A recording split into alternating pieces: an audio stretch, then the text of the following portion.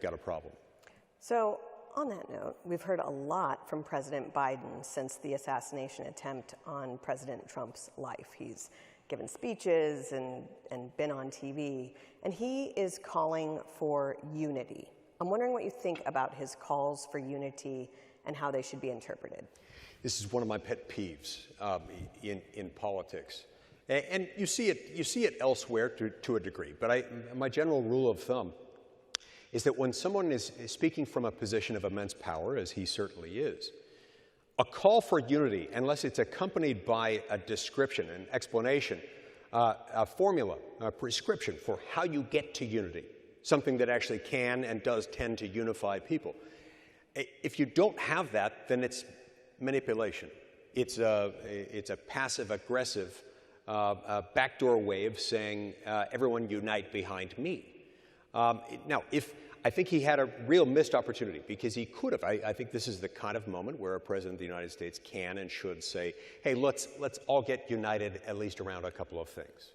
And here's what those things are, and here's what I'm going to do for my part in order to do that. I think that could have helped.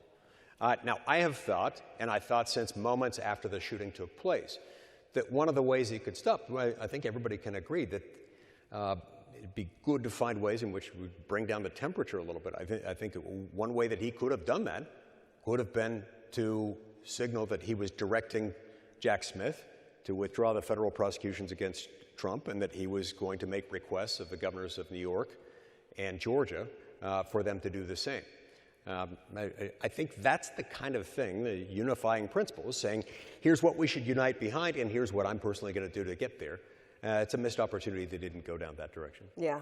I keep on thinking, I mean, we all know how politics is, and all's fair in politics, love and war. It's all fair. Oh, yes, yes.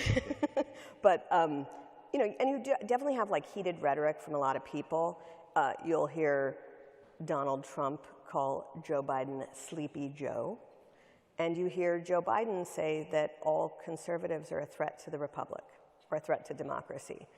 A genuine threat, a literal threat, that they are seeking to destroy America, to destroy all of our freedoms. And so in addition to what you suggested, I think he personally should address the extremely awful and inappropriate rhetoric that has been coming from him.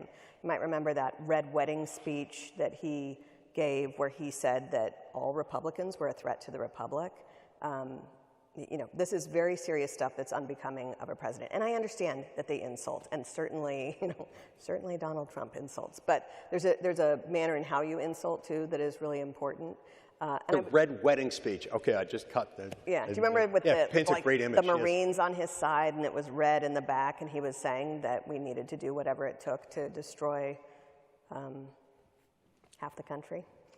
So nothing says I'm not a fascist quite like speaking against a backdrop like that and threatening to imprison your political opponents. But just speaking